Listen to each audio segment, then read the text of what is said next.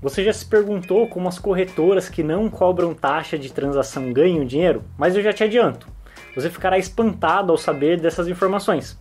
E no final do vídeo eu vou te falar se você deve ou não migrar para o banco tradicional.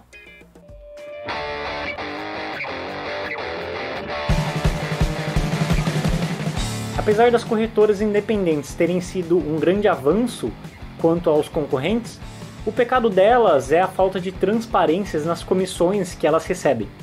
Existe até uma explicação psicológica para as pessoas aceitarem isso. Ainda que seja irracional, a gente prefere pagar mais caro, mas não saber sobre essas taxas, do que pagar mais barato, mas saber exatamente o que a gente está pagando. É como aquele famoso ditado: o que os olhos não veem, o coração não sente. Hoje em dia existem 103 corretoras operando e essa competição melhorou muito para nós, investidores. Antes havia cobranças sem sentido, como abertura e manutenção de conta, taxa para saques e muitos outros. Mas a maior novidade nesse sentido são as corretoras que estão zerando as taxas, inclusive de corretagem. Mas então, como que eles ganham dinheiro?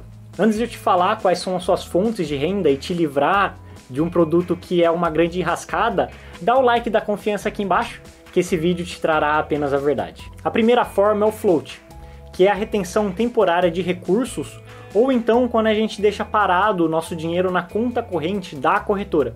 Eles investem esse valor enquanto você deixa lá e recebem uma remuneração equivalente a 100% do CDI. E a gente não recebe nada por isso. A segunda forma é a multa por saldo devedor. Ele funciona mais ou menos como um cheque especial da corretora para os investidores que não têm dinheiro em conta para fazer as operações. Aí já viu, se você pegou emprestado você vai ter que pagar e não é barato. A outra forma é o spread do aluguel de ações. Eu não sei se você sabe, mas você consegue vender uma ação que você não possui. Eu recomendo fortemente a você não fazer isso. Mas nesse caso você aluga a ação de outra pessoa, você vende essa ação e depois recompra a ação para devolver ao dono original. Nessa transação, quem tem a ação aluga e ganha uma taxa, por exemplo, 4%. E quem pegou emprestado paga, por exemplo, 6%. Mas existe uma diferença aí de 2%. E quem fica com essa diferença? Exatamente, a corretora. Essas são as taxas um pouco mais óbvias, se é que a gente pode falar isso. Mas agora vem aquelas que poucas pessoas sabem, que são a taxa para você investir na renda fixa, dos fundos de investimento e, no pior de todos, o COI, que eu vou te explicar em breve como que ele funciona. No caso dos fundos de investimento, eles cobram uma taxa chamada de administração. Ela não é escondida, aliás é obrigatório a sua demonstração. No caso das ações, é geralmente cobrado 2%, sempre em cima do patrimônio do fundo. Esses 2% são repartidos entre a administradora, que é a empresa que fica responsável pela parte burocrática do fundo, e com a empresa que faz a gestão daqueles valores, ou seja, a empresa que escolhe as ações. Até aí muita gente sabe, mas o que poucas pessoas sabem é que a corretora também fica com uma parte dessa taxa. E se o fundo quer se destacar dentro da corretora ou aumentar o seu número de cotistas, ela paga uma porcentagem um pouco maior para a corretora. E o assessor dessa corretora ganha uma porcentagem maior se o seu cliente investir nesse fundo do que se ele investir em fundos diferentes. A gente consegue perceber que existe um possível conflito de interesse, em que ele vai te falar daquele fundo, afinal, ele vai ganhar mais. Mas calma que depois eu falo melhor sobre os assessores de investimento. A renda fixa parte do mesmo princípio.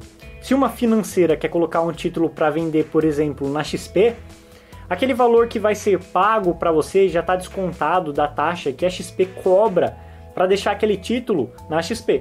Por exemplo, a financeira está disposta a pagar 14% ao ano, mas a XP cobra 2%. Então, se a gente investir nesse título, a gente vai ganhar 12%. E cada corretora cobra um valor diferente. Por isso, existem algumas corretoras que oferecem títulos que pagam mais e outras que pagam menos. No caso do COI, ele é um produto que dá muitas vantagens e lucro para as corretoras.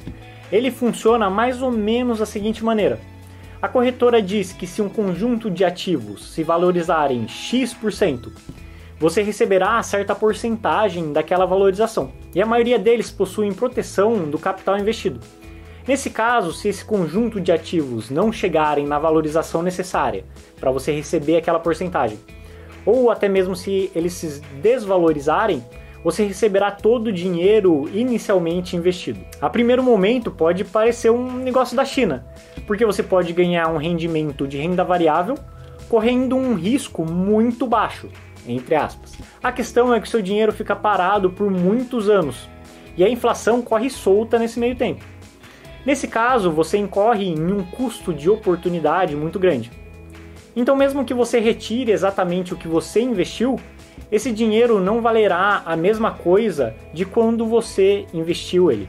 Um estudo da FGV, que eu vou deixar na descrição aqui do vídeo, mostrou que na média de 284 COIs analisados, 88,7 tiveram um retorno abaixo do Tesouro Selic, que é a renda fixa menos arriscada do Brasil. Exceto no caso do COI, que é um produto basicamente feito para a corretora ganhar dinheiro, não há problema de as corretoras cobrarem taxa, afinal, elas são empresas que visam o lucro, têm funcionários que trabalham como eu e como você também.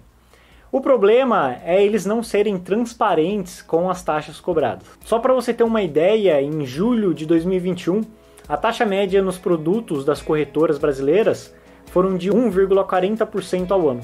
Então, se você investir, por exemplo, em 20 mil reais dentro de um ano, a corretora ficará com 280. E aí você pode pensar, será que é essa hora de voltar para o banco tradicional? Os bancos são verdadeiras impressoras de dinheiro, e isso tem um motivo. Eles cobram muito e oferecem um produto de baixa qualidade. Vocês ficariam espantados se soubessem os produtos que eles têm.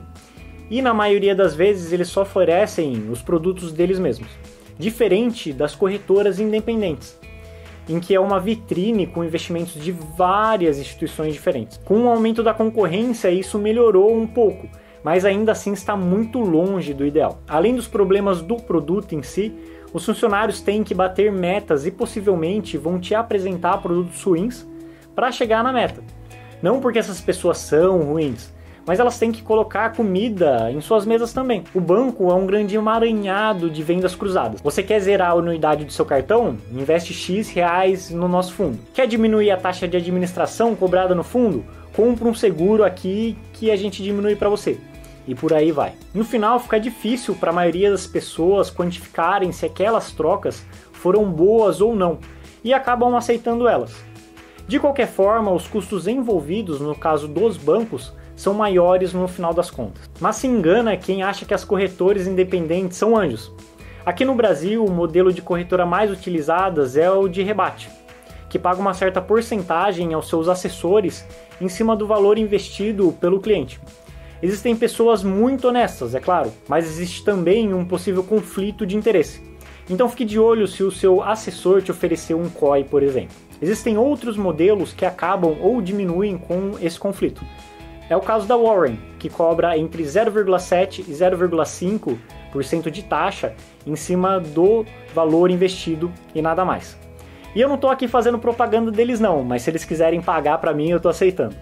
Brincadeira à parte, ele é um modelo que eu acredito muito mais, porque ele é muito mais transparente do que a gente costuma ver.